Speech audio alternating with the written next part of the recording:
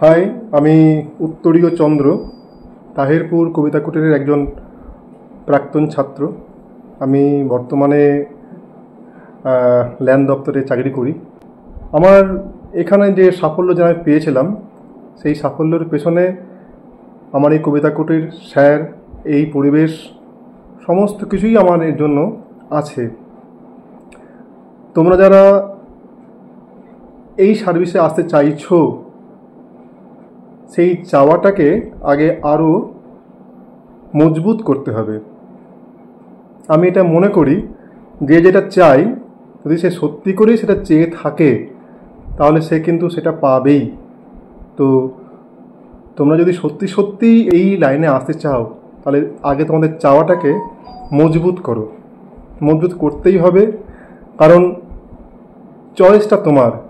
আজকে থেকে বছর পাঁচেক পরে যে তুমি কোন জায়গায় থাকবে, তুমি সাধারণের মধ্যে থেকেও যে একটু ওপর জায়গায় যেতে চাও কি না, না অন্য সবার সঙ্গে তুমি হারিয়ে যাবে, সেটা তোমাকে আজকে ঠিক করতে হবে।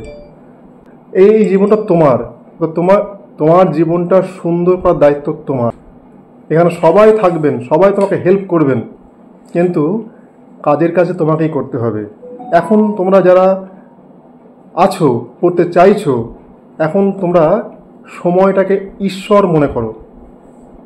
সময়টাকে ঈশ্বর মনে করে এগিয়ে চলো। একটা মুহূর্ত, একটা ক্ষণ, একটা সেকেন্ড যেন অবহেলায় না যায়।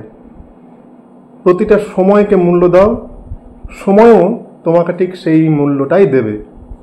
আজকে যে মূল্যটা তুমি দেবে, সময় তার থেকে তোমাকে আরও অনেক বেশি মূল্য দেবে। সময়কে অবহেলা করো না। এটা হযরত মুহাম্মদের বাণী, সময়ে ঈশ্বর, সময়কে কাজে লাগাও। আর কিভাবে তোমরা পড়বে, পরীক্ষার হলে যখন তোমরা পরীক্ষা দাও, তখন নিশ্চয়ই পরীক্ষার হলে বসে পরীক্ষার পেপার যখন তোমার সামনে আছে, তখন তুমি অন্য কোনো চিন্তা তোমার মাথাতে নিশ্চয়ই আসে না। তখন তুমি মনে করো যে এই যে আমার যা সময় আছে, 3 ঘন্টা বা 4 ঘন্টা, এই সময়ের মধ্যে আমাকে কিন্তু সমস্ত প্রশ্ন আমাকে কিন্তু লিখতে হবে, শেষ করতে হবে। তখন তোমার গোটা বিশ্ব সংসার সবটাই কিন্তু ওই পরীক্ষার খাতা, কলম এর মধ্যেই থাকা আবদ্ধ। একটা বছরের জন্য ঠিক সেইভাবে তোমাকে এগোতে হবে। যদি তুমি নিজেকে ভালো রাখতে চাও, ভালো করতে চাও, তাহলে তোমাকে কিন্তু এইভাবেই এগোতে হবে। তোমার পড়াশোনাটা তুমি কতটা ভালো করবে, তার উপর নির্ভর করবে তোমার পরবর্তী জীবন। পরবর্তীকালে তুমি কতটা ভালো হতে পারবে, তোমার পরবর্তী জীবন কতটা সুখ, স্বাচ্ছন্দ্য এবং তোমার যে ইচ্ছা তুমি পূরণ করতে পারবে, তার অনেকটাই কিন্তু নির্ভর করবে আজকের সময়ে।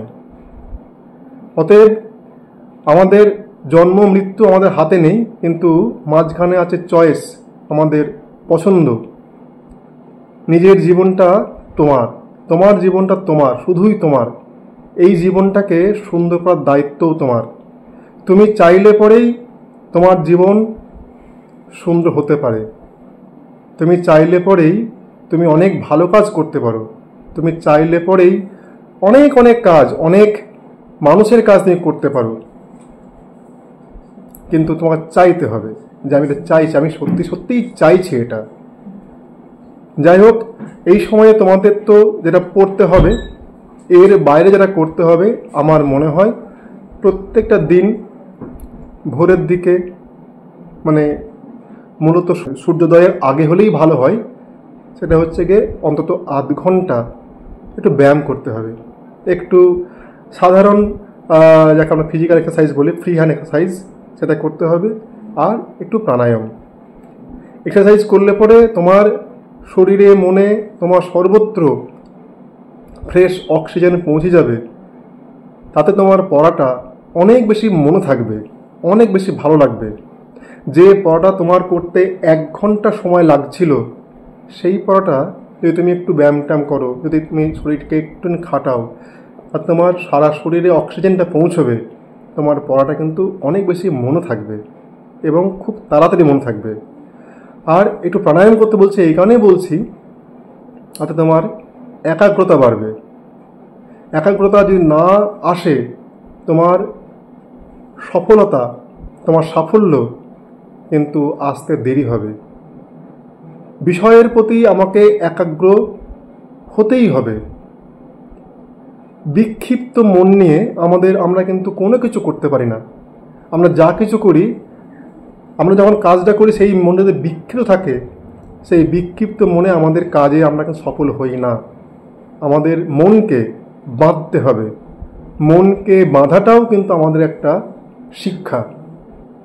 যদি মনকে বাঁধতে না পারি, যদি আমরা মনের পেছনে যদি দৌড়িয়ে যাই, মন যেটা চাইছে সেটাই মনকে দিয়ে দিচ্ছি, মনকে যদি তুমি এই মানে বলগাহীন ঘোড়া করে দাও, তাহলে মন কিন্তু তোমাকে শেষ করে দেবে। মনটা তোমার মন, তুমিই চালনা করবে। অতএব একাগ্র হতে হবে। এর জন্য তোমাকে একটু প্রাণায়াম করতে হবে, একটু ব্যায়াম করতে হবে। এই সময়টায় তোমাদের আরও উচিত যে কোনো ধরনের কোনো স্মার্টফোন ব্যবহার থেকে যতটা সম্ভব নিজেকে দূরে রাখা। তুমি খবর দেখবে, তুমি পেপারটা পড়ো, তোমার কারেন্ট অ্যাফেয়ার্সে যে সমস্ত ম্যাগাজিন আছে তুমি সেগুলো পড়ো। তুমি যদি একটা স্মার্টফোন ব্যবহার করো, তুমি দেখা যাবে তুমি যতটা সময় পড়াশোনার কাজে ব্যয় করলে তার থেকে অনেকটা বেশি সময় তুমি অন্য কাজে ব্যবহার করলে, এবং আলটিমেটলি সে কিন্তু তোমার থেকে কোনো পয়সা নিল না। তুমি এতক্ষণ দেখলে, তোমার মনোরঞ্জন হলো, যেটা নিল তোমার জীবনের অমূল্য সময়টাকে সে চুরি করে নিয়ে চলে গেল। অতএব স্মার্টফোনের ব্যবহার থেকে একটু দূরে থাকো। তোমাদের যাবতীয় পড়াশুনো একেবারে, আমরা যাকে বলি অফলাইন, একেবারে কাগজে কলমে বইপত্রতে হোক, স্মার্টফোনে নয়, ইউটিউব দেখে নয়। এখান থেকে তোমরা কিন্তু তেমন কিছুই পাবে না, যা পাবে তার থেকে অনেক বেশি হারিয়ে ফেলবে। অতএব নিজের জীবনটাকে সুন্দর করতে হলে একটা বছর নিজেকে বাঁধতে শেখো। 18 ঘন্টা পড়াশোনার মধ্যে থাকো, 6 ঘন্টা কংক্রিট ঘুম দরকার। শরীরকে রেস্টও দিতে হবে।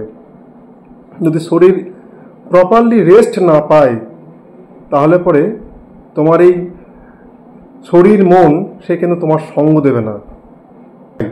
রেস্ট না পেলে পরে যেমন গাড়ি ঠিকঠাক ছোটে না, পশুরাও ঠিকঠাক কাজ করে না, আমাদের শরীরটাও একটা যন্ত্র, সেও কিন্তু কাজ করবে না।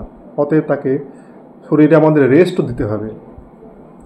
অতএব তোমরা যেমন ঠিকঠাক পরিমিত খাবারটা নেবে, এই একটা বছর কোনো বাইরে জায়গায় বাইরের খাবার পারতপক্ষে অ্যাভয়েড করাটাই ভালো। ঘরের একেবারে যেটা আমরা বলি সাকান্ন, যেটা আমাদের সহজে হজম হবে, সেই খাবারটাই তুমি খাও। তোমার জীবনটাকে বাঁচিয়ে রাখার জন্য, তোমার শরীরটাকে বাঁচিয়ে রাখার জন্য এই সময় তুমি তোমার মুখের টেস্টটাকে একটু বন্ধ রাখো। তুমি ভাবো কি করলে পরে আমার শরীরটা ভালো থাকবে। যদি তোমার শরীরটা ভালো থাকে, তাহলে পরে তুমি তোমার পড়াশোনার সময়টা আরও অনেক বেশি দিতে পারবে, যেটা অত্যন্ত প্রয়োজনীয়। আমি চাই তোমরা সকলে সাফল্য লাভ করো, এবং এই সাফল্য লাভ করার জন্য মনটাকে শক্ত করো আর বলো যে আমি পারবই, আমি পারবই, আমি পারবই, আমাকে পারতে হবেই, আমাকে পারতে হবেই। সবাই ভালো থেকো। আমি আমার কথা এখানে শেষ করছি। আশা করব পরের বছর তোমরা অনেকেই বলবে যে আমরা সাফল্য লাভ করেছি। নমস্কার। তাহিরপুর কবিতা কুটির আশ্রমিক পরিবারের পক্ষ থেকে আপনাকে অসংখ্য ধন্যবাদ। ভিডিওটি যদি আপনাদের ভালো লাগে অবশ্যই লাইক, শেয়ার এবং সাবস্ক্রাইব করতে ভুলবেন না।